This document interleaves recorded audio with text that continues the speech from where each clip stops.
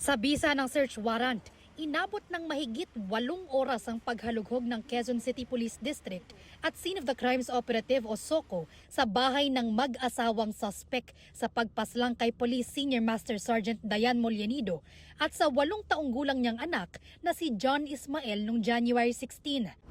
Kasama ng mga otoridad sa paghalughog ang mismong nanay at kapatid ng lalaking suspect. Kakalap pa po tayo ng mga additional evidence kasi po may mga revelation yung witness natin. Mas specific na yung revelation niya kung saan yung bala na punta, yung sopa, doon na barel at pinasok yung cadaver doon sa stock room at kung saan nilagay yung barel. Very specific yung search warrant.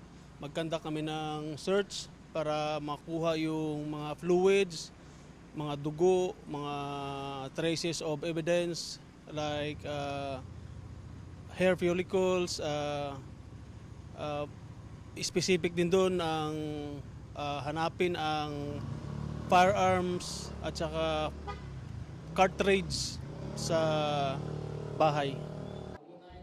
Bagamat itinuturing ng case closed ng Department of the Interior and Local Government ang Mollenido double murder case, kumakalap pa rin ng dagdag ebidensya ang pulisya para mapagtibay ang reklamong robbery with homicide at theft na isinampa laban sa mag-asawa at iba pang suspect. Hindi pa idinetalye ng pulisya ang mga dagdag na ebidensyang nakuha nila. Nakatakda raw magsumite ng counter affidavit ang mag-asawang suspect sa Lunes. Naudlot ang preliminary investigation ng mga suspect noong Miyerkules matapos umatras ang kanilang abogado sa kaso. Pinag-aaralan pa ng PAW kung yung case folder para sumagot po sa February 16.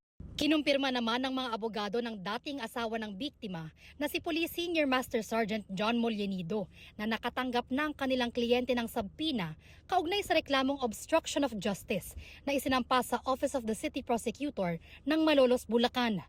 Tumanggi munang magbigay ng dagdag na pahayag ang mga abogado ni Mollenido habang gumugulong ang investigasyon. Handa naman daw makipagtulungan ng kanilang kliyente sa mga otoridad kaugnay nito.